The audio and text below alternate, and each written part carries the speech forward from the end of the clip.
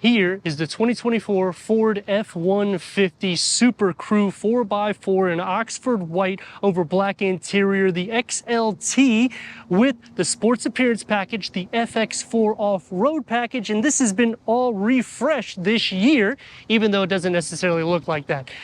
We're also losing the V6 variant, keeping my favorite V8 Coyote. I'm Anthony from Hawkeye Rides, and I'm going to go over the pros and the cons, the problem that I have with the refresh, and some of the rivals.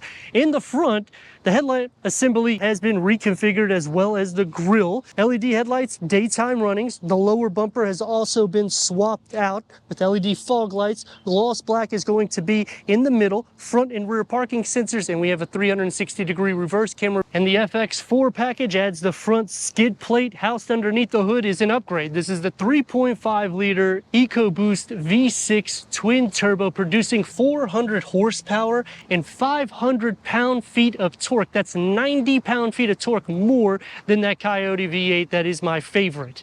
Achieving 16 mpgs for the city, 24 mpgs for the highway, paired to the 10-speed automatic transmission. 18-inch gloss black alloy wheels, and because this is the 145.4 wheelbase, the payload is going to max at 2,190 pounds, which will be less than the Coyote V8 at 2,240 pounds. However, if you were to go to the 164.1 wheelbase, you can get up to 2,740 pounds, or go into the two-wheel drive and you'll get 2,980 pounds. But as for towing, 13,100 pounds. And if you go to the larger wheelbase, you're only going to get up to 13,800 pounds, which this is still going to have 100 pounds more than that Coyote V8. So this is kind of the sweet spot, but you will have to tack a few $1,000s to your F-150 in order to do so. And with Ford, you have the keypad, so if you leave your key fob inside, you could still get inside, or you could just simply push the button in the front, but they don't offer it in the rear. And as for competition, this is going to outclass the Toyota Tundra because the refresh didn't increase the power enough to compete with the F-150. Going against the Ram Rebel, is going to be able to tow more and a better payload. And as for the Sierra, the same thing, because Ford has went above and beyond. Really, the main question you're going to have is, do you want that V8? Because the Ram, you're not going to get that anymore. Ford has said, you know what, forget about this corporate talk. We're going to keep the Coyote, and I appreciate that. The rear gets LED taillights with the spare tire tucked underneath. And another unique thing about the F-150 is you can kind of configure it the way you like it. However, when you start doing that, the problem that comes into play is the pricing starts escalating really quickly, in which this is over 60 grand with just a few features and changing out the motor. So imagine adding a few more, changing to the Coyote V8, you're going to be near a Raptor base price. And that's what makes it a little bit tough when you're thinking about getting an F-150, because now the new Ranger, 3 different power options. And if you go into the XLT, kind of the sweet spot, because you could get either of the 2 power options, do you need this much of a truck considering they have increased the price? But as for competition, Ford, hands down, has went above and beyond. Soft to open. And that's going to be 78.9 inches long between the wheel well housing at 50.6 inches, height at 21.4 inches, cargo volume at 62.3 inches because we got the bed liner. And lift this up here, it's going to expose the home plug, and the reconfigured tailgate that has the measurements here to make it easier for your workload. You can also put clamps, which you have here on both sides, so you can put your tools here so you can cut anything. Push this, and it's going to expand out. Pull this lever here, and now it's easy to walk inside to load anything.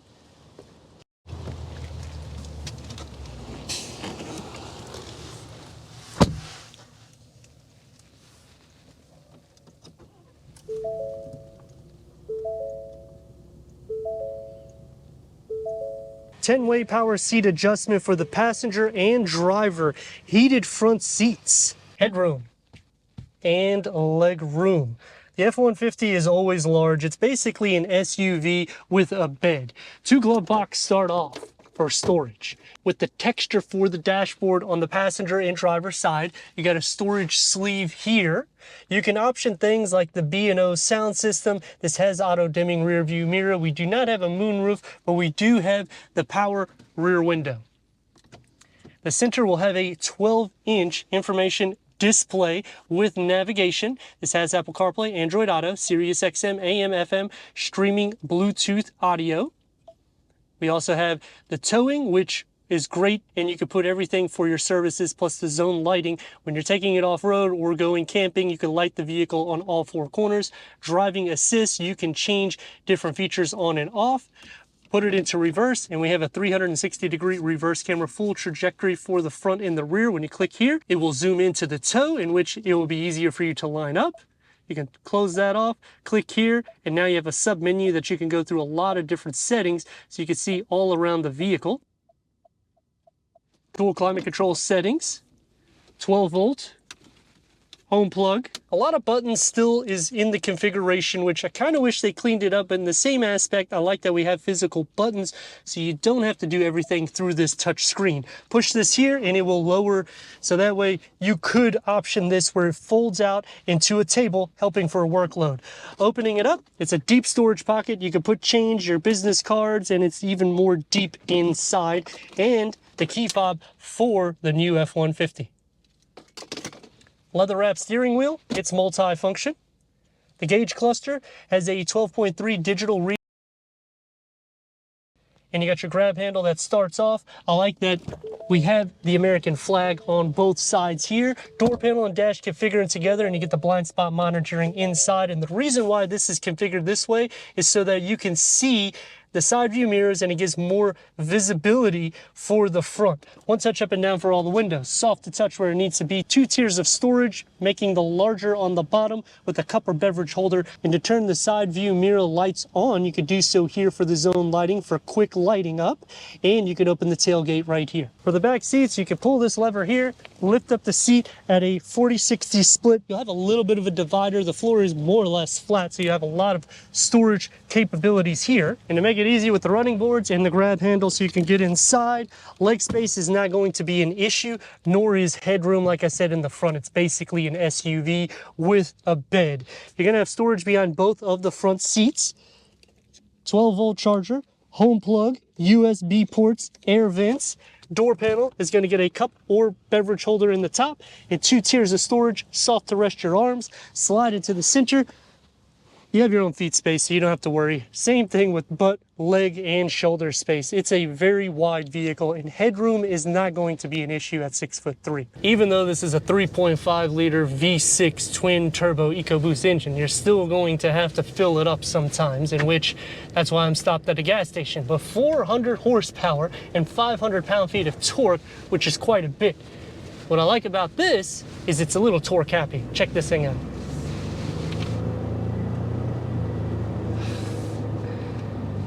And it's so quiet for the sound deadening, so you get that everyday drive blend with performance, with towing, with payload. This is the truck that you can basically do everything, and that's gonna take me to some pros and cons. And starting off with the pros is the refresh was settle, which they did the same thing a few years back when they did the mild refresh. And I kind of like that, because when you make something that's already good, you really just wanna enhance the drive quality and give you a little bit more tech, safety amenities, and upgrade the towing and payload. Unfortunately, we're not getting all the above. However, we do get a new V6 hybrid variant. We're keeping the Coyote V8, and plus, when you're thinking sweet spots, this is kind of where it's at, the 3.5 liter V6. The cons to it is it's still a thirsty vehicle. You might as well start looking at the Coyote V8 because it's not going to be too much difference in the MPGs. The interior, I like how the dashboard is a little bit more simplified. The infotainment screen is huge, but I'm okay with it because it is integrated into the dash. Turn radius to start off with is going to be long. We're looking at 3 lanes, and this is the 145-ish wheel base. But the most quiet vehicle in class, that's what this is. It's more so than Ram, than Chevy, than Toyota. So for an everyday use, I mean, something that's gonna be super comfortable. The seats itself, the cushioning is good. It extends out to nearly my knees, and I'm at 6'3". The back bolstering is also soft.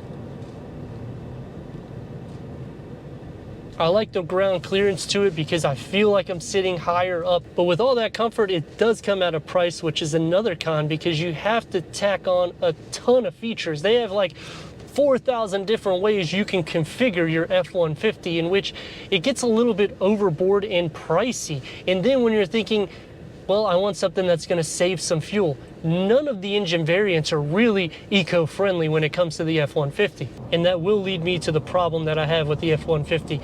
They still have not addressed the rear end problem with these vehicles, in which it literally will bounce off the road. I've seen it happen myself, and it's just crazy because it does this dance in the middle of the road and then it will just go back to normal. And it's hard to actually duplicate the problem because it just kind of flops around, which should be something simple to fix. Going against rivals, it is a great variant in the sense of being competitive for the workload. This is basically like a tool that you keep in your shed that you know that can get the job done, but yet there is some areas that has some things that could be fixed. Even once you start getting up to around 70, 80,000 miles, the bushings, ball joints, they start deteriorating quite a bit on the F-150. It's all known problems, but they do start getting expensive to fix and maintenance the vehicle, which when you're thinking how much this vehicle can do as an all-round segment, I wish that it would go a little bit longer for some of those services and they would actually address the problems that's at hand. But let me know your thoughts in the comments, and if you're new to the channel, consider subscribing. Check out the next video, merchandise, website, and Instagram. Leave a comment and a like, and I'd like to thank Furman Ford for giving us this 2024 Ford F-150 XLT for our car review. But we have to give her a little go. Let's rock and roll.